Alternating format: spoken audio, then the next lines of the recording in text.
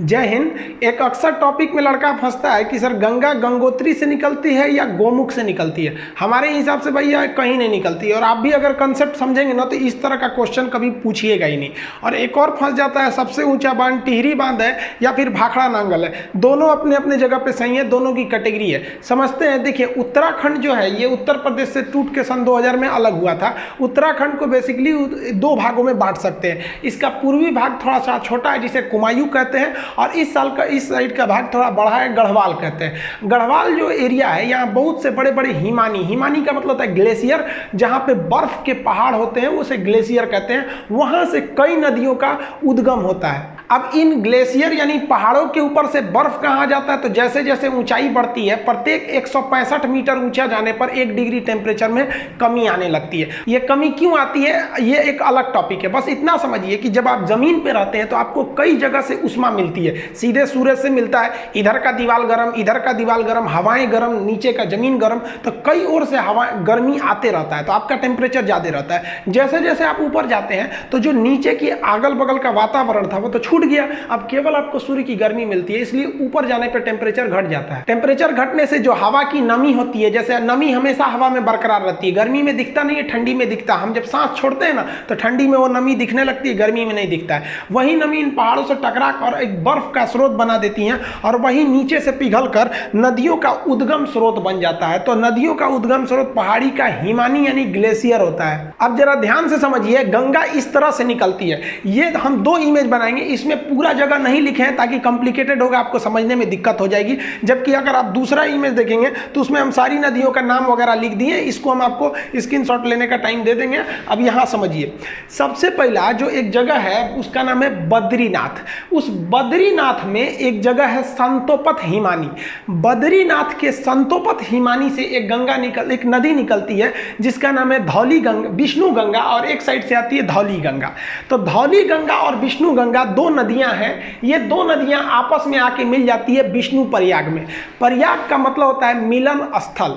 तो विष्णु गंगा और धौली गंगा आके मिलती है विष्णु प्रयाग में, और यहाँ इनकी गहराइयाँ बराबर हो जाती हैं लगभग। जब 2 नदियों के मिलने के वक्त में गहराई बराबर हो जाए तो उन नदियों का नाम चेंज कर दिया जाता है। यदि एक की गहराई ज़्यादा दूसरी की गहराई कम तो नदी गहरी वाली नदी के नाम से ही नदी आगे बढ़ेगी। तो यहाँ लगभग गहराई बराबर हो जाती है विष्णु प्रयाग में, तो नाम बदलकर इस रेड वाली नदी का नाम रख दिया जाता है अलकनंदा नदी। यहाँ से यहाँ तक ये रेड वाली नदी है अलकनंदा नदी। अब इसको ओवरव्यू में समझिए। अलकनंदा आगे बढ़ती है, आगे जाकर एक नदी आके मिलती है जिसका नाम है नंदाकिनी नदी। मंदाकिनी अलग है और नंदाकिनी अलग है। नंद लाला जो है नंदाकिनी नदी आके मिलती है, तो वो नंदाकिनी नदी कम गहरी है, अलकनंदा ज्यादा है, तो नंदाकिनी यहीं समाप्त हो जाएगी भूगोल के हिसाब से। अब ये भी जगह तो मिलन स्थल हो गया। मिलन स्थल को प्रयाग कहते हैं, चूंकि नंदाकिनी नदी मिली है इसलिए इसे कहते हैं नंद प्रयाग। नंद प्रयाग के बाद नदी और आगे बढ़ती है, तो यहाँ आगे बढ़ती है तो एक और नदी आके मिलती है पिंडार नदी। पिंडार नदी जहाँ आके मिलती है उसे कहते हैं हम लोग कर्ण प्रयाग। तो कर्ण प्रयाग में पिंडार नदी आगे मिल गई। अलकनंदा जो है कहती है भाई तुम कम गहरा हो, तुम यहीं खत्म हो जाओ, आगे हम ही बढ़ेंगे। अलकनंदा आगे बढ़ती है तो एक और नदी आके मिल जाती है, वो नदी निकलती है केदारनाथ से। ये वाली निकली थी बद्रीनाथ से। उस नदी का नाम है मंदाकिनी नदी। ये मंदाकिनी नदी आके इसे मिलती है, ये जाके मिल जाती है यहाँ पर। मंदाकिनी कम गहरी, ये ज़्यादा गहरी, इसलिए मंदाकिनी यहाँ समाप्त। अब ये मिलन स्थल है, इसका भी नाम प्रयाग रहेगा, तो इसका नाम हो जाता है रुद्र प्रयाग। रुद्र प्रयाग से नदी फिर आगे बढ़ती है, अभी भी अलकनंदा, इस रूट में बहुत गहरी है अलकनंदा। अब यहाँ से आती है उत्तर काशी जिला से। उत्तर काशी के पास एक जगह है गंगोत्री। अब गंगोत्री के पास एक एक्यूरेट पॉइंट की बात करेंगे तो वो है आपका गोमुख। वहाँ से एक नदी निकलती है जिसका नाम है भागीरथी नदी। ये भी बहुत बड़ी नदी है और उत्तराखंड के लोग मुख्य रूप से इसी को गंगा मानते हैं, ये वाले साइड को, ये उसकी सहायक समझते हैं। तो भागीरथी निकलती है, तो इस भागीरथी के बीच में एक नदी आके मिल जाती है भिलांगना। छोटी सी नदी कहती है भागीरथी चला यहीं पर खत्म हो जा। भिलांगना इसको को लेके आगे बढ़ जाती है और भागीरथी भिलांगना को लेके आगे बढ़ जाती है और भागीरथी जाके इस अलकनंदा में मिलती है देव प्रयाग के जगह पे, और यहाँ पर दोनों की गहराई लगभग बराबर हो जाती है, तो इसका नाम हो जाता है गंगा।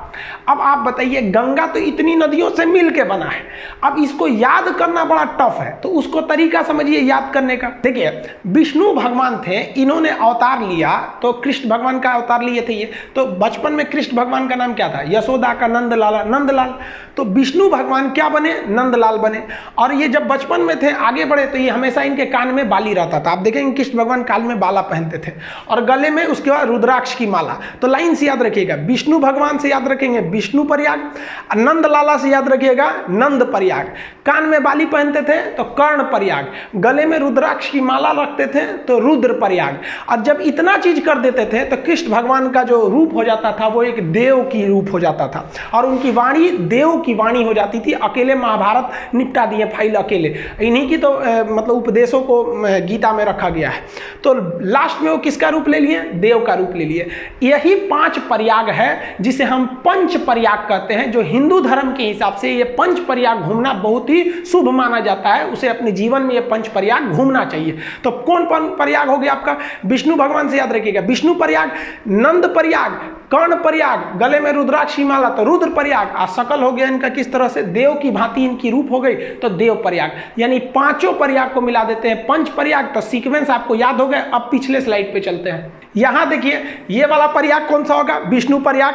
विष्णु भगवान नंदलाला के रूप में जन्म लेंगे तो नंद प्रयाग, कान में पहनेंगे तो कर्ण प्रयाग, गले में रुद्राक्ष की माला तो रुद्र प्रयाग, और सकल हो जाएगा देव के भांति तो देव प्रयाग। ये नदियां हो गई। अब आप बताइए, देव प्रयाग के आगे गंगा बनती है। तो बीपीएससी में क्वेश्चन पूछा था कि ये भागीरथी तथा अलकनंदा का संगम कहां होता है? तो वो होता है आपका देव प्रयाग में। समझ आ गया? अब इसको एक बार दोबारा समझते हैं। संतोपत है, हिमानी है बहुत बड़ा, वहां से निकलती है धौली गंगा, विष्णु गंगा। कहां मिलेगी? विष्णु प्रयाग में। नदी का नाम हो जाएगा अलकनंदा। अगली नदी नंद प्रयाग, नदी का नाम रहेगा नंदाकनी और जगह का नाम हो जाएगा नंद प्रयाग। इसे भी अलकनंदा लेके आगे बढ़ेगी और अलकनंदा में आगे जाके मिलेगी पिंडार नदी। अब की जगह कौन हो जाएगा? कर्ण प्रयाग। अलकनंदा फिर आगे बढ़ेगी, मंदाकिनी को ले जाएगी अपने साथ, मंदाकिनी को ले आके मिलाएगी तो हो जाएगा रुद्र प्रयाग। गले में रुद्राक्ष की माला हो गई। अब कृष्ण भगवान के पास यही सब तो चीजें थी, अब देव का रूप ले लेंगे। यहाँ पे भागीरथी आएगी अपने साथ भिलांगना को मिलाते हुए और मिल जाएगी देव प्रयाग में, और यहाँ से बन जाएगी गंगा। तो देखिए, गंगा तो भाई साहब निकलती ही नहीं है, गंगा नदी बनती है इतनी नदियों से मिलकर। तो अगर आप ग्रुप डी, खलासी, चपरासी, गैंगमैन, सफाई कर्मी का एग्जाम देते हैं तो गंगा कहाँ से निकलती है? तो मान दीजिएगा भाई साहब उत्तरकाशी जिला के गंगोत्री के समीप गोमुख से। लेकिन अगर आप बड़े एग्जाम को देते हैं, कमीशन लेवल का, पीसीएस, यूपीएससी लेवल का, तो इतने छोटे लेवल का वो क्वेश्चन ही नहीं पूछेगा गंगा निकलती कहाँ से, क्योंकि उसको पता है कि भाई साहब गंगा निकलती नहीं है। गंगा एक बहुत बड़ा नदियों का एक पैटर्न है, ड्रेनेज पैटर्न है, जिसे समझना पड़ेगा। इसमें हम इन नदियों को लिख दिए हैं। यहाँ पे जो घेरे हुए हैं ये प्रयाग है, विष्णु प्रयाग, नंद प्रयाग, कर्ण प्रयाग, रुद्र प्रयाग, देव प्रयाग, और ये नदियों का नाम लिखे हैं। एप्लीकेशन में जब इसी को पढ़ाएंगे तो इसमें हम आपको याद, क्लास में जैसे याद करा देते थे उसको याद करा देंगे। अब यूट्यूब पे याद थोड़े कराएंगे बैठा के आपको, और इसका पीडीएफ और नक्शा में हम आपको इसको भरवाते थे। याद करिए, जब उत्तराखंड का नक्शा मतलब मैप के क्लास में पढ़ाते थे तो ये तो पूरा चीज आपको बता देते थे। अब इसमें 2-3 चीजें अलग से आप जान लीजिए। भिलांगना नदी जैसे आके भागीरथी से मिलती है तो इसके संगम के समीप ही बनाया गया है टिहरी बांध।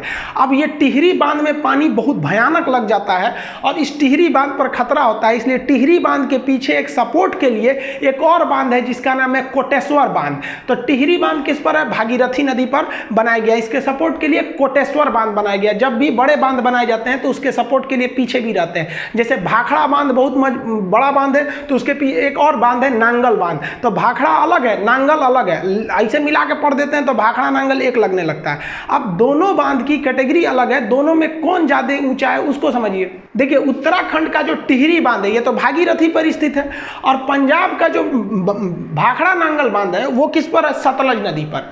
अब दोनों बांध की कैटेगरी अलग अलग है। ये बांध 260 मीटर है ऊंचा, कहीं कहीं आपको 255 देगा, तो 260 मीटर ऊंचा है, तो ये जेन्युइन है, ऊंचा है। ये वाला बांध जो है वो थोड़ा कम ऊंचा है, 225 20 मीटर ही ऊंचा है, लेकिन दोनों बांध की कैटेगरी अलग अलग है। जैसे कोई लड़का है 6 फीट का और कोई लड़की है 5 फीट की, आपसे पूछा जाए सबसे ऊंची लड़की कौन है, तो इसको थोड़ा कहिएगा कि 6 फीट का, भाई साहब तो कैटेगरी अलग होगा, लड़की में तो 5 फीट को रखना पड़ेगा। लेकिन कह दे कि इन दोनों में सबसे ऊंचा इंसान कौन है, तो भाई लड़की भी इंसान लड़का भी इंसान, तब आप कहिएगा कि नहीं 6 फुट वाला ही है। तो यही एग्जाम में पूछता है कि सबसे ऊंचा ग्रेविटी बांध कौन सा है, तो देखिए इस बांध की जो कैटेगरी है वो ग्रेविटी कैटेगरी का है और ये बांध की कैटेगरी अर्थ फिलर है। ये बांध जब पढ़ाएंगे ना तो उसमें हम आपको बता देंगे कि बांध कितने टाइप के होते हैं, आर्क बांध कौन सा होता है, ग्रेविटी कौन कौन से कई टाइप के बांध होते हैं। तो कैटेगरी के हिसाब से पूछता है ये कि सबसे ऊंचा गुरुत्व यानी ग्रेविटी बांध कौन सा है, तो भाई साहब ये 260 होने के बावजूद इसको आंसर नहीं देंगे क्योंकि इसकी कैटेगरी अलग है, ये तो उस कैटेगरी में है ही नहीं है जिस कैटेगरी का क्वेश्चन पूछ रहा है। तब आपका आंसर हो जाता है भाखड़ा नांगल बांध। लेकिन जब क्वेश्चन कहेगा कि भारत का सबसे ऊंचा बांध कौन है, तो भाई साहब आप अर्थ फिलर हैं तब भी बांध है, ग्रेविटी है तब भी बांध है, आर्क बांध है तब भी बांध है। तो अब आपके लिए कैटेगरी का बाउंडेशन खत्म कर दिया और ओवरऑल में अगर कहेगा सबसे ऊंचा बांध कौन सा है तब हो जाएगा आपका टिहरी बांध, लंबा में हीराकुंड अलग हो जाता है वो सब। तो ये समझ में आ गया आपको। देखिए उत्तराखंड के लोग गंगा को मुख्य रूप से भागीरथी को गंगा कहते हैं और बंगाल के लोग भी गंगा को गंगा न कह के भागीरथी कहते हैं। और शास्त्रों में भी देखिएगा ना तो कई जगह गंगा को भागीरथी बोला गया है। आप बाहुबली का गाना सुनिएगा, जब वो शिवलिंग लेकर गंगा झरना के नीचे रख देता है, वहाँ गाना बजता है कि भागीरथी देख तेरे पास खुद शिव जी चले आए रे। तो आप इसको देखे होंगे ना, शिव तांडव वगैरह भागीरथी बोला जाता है। तो ये भागीरथी को लोग गंगा समझने लगते हैं और उस हिसाब से छोटे एग्जाम में बोल देते हैं कि उत्तरकाशी जिला के गंगोत्री हिमालय के गोमुख से निकलती है। जबकि आप ये कॉन्सेप्ट समझ गए, पंच प्रयाग यानी पांचों प्रयाग में कौन कौन सा सीक्वेंस याद करने का आपको हल्का सा यहाँ बता दिए। हालांकि एप्लीकेशन पे तो जब तक आप लोग क्लास के स्टूडेंट होंगे तो आपको पता होगा, ये सब तो पूरा याद ही करा देते थे। कैसे याद रखेंगे प्रयाग का जगह, तो ऊपर सबसे पहले होगा आपका विष्णु प्रयाग, विष्णु प्रयाग के बाद नंद प्रयाग, कर्ण प्रयाग, रुद्र प्रयाग और कृष्ण भगवान का रूप देव की तरह हो जाएगा तो देव प्रयाग। गंगा कहाँ बन गई, देव प्रयाग में बन गई। गंगा नदी जो पहाड़ी एरिया से निकलती है, तो यहाँ वाले एरिया में ना जो गंगा नदी, यहाँ मानव बस्तियाँ बहुत कम है, चूंकि पहाड़ी एरिया है तो प्रदूषण बहुत कम है। और इस गंगा में ना एक बैक्टीरियोफेज पाया जाता है। बैक्टीरियोफेज एक ऐसा चीज होता है जो हानिकारक जीवाणुओं और विषाणुओं को मार के खा जाता है, इसलिए गंगा जी के पानी में कीटाणु वगैरह नहीं लगते हैं, वो बैक्टीरियोफेज की वजह से। आईबी का एग्जाम दिए होंगे तो पूछा होगा किसके वजह से गंगा जल में कीड़े मकोड़े नहीं लगते हैं, तो बैक्टीरियोफेज ऑप्शन सी पर था। तो ये ध्यान से रखिएगा आप लोग। और आजकल देखिए हम लोग की भी कुछ गलती है, गंगा नदी में जो क्षमता है उसको पुनर्निर्माण करने की, उसमें तो हम लोगों ने अत्याचार कर दिया। कानपुर से जब गंगा निकलती है एकदम गंदगी मचा देते हैं, तो हम लोग गंगा को कुछ ज्यादा गंदा कर दिया। वो तो लॉकडाउन हो गया तो जो हम लोग सोच रहे थे गंगा साफ करेंगे अपने से साफ हो गया, अभी थोड़ा सा ढील हुआ ना लॉकडाउन में, फिर गंदा करके हम लोग रख दिए। तो प्रकृति से हम लोग भी खिलवाड़ करते हैं तो प्रकृति हम लोग के साथ भी कर देती है कोरोना वगैरह देके। तो ये आप समझ में आ गया आप लोग को। इसका PDF वगैरह एप्लीकेशन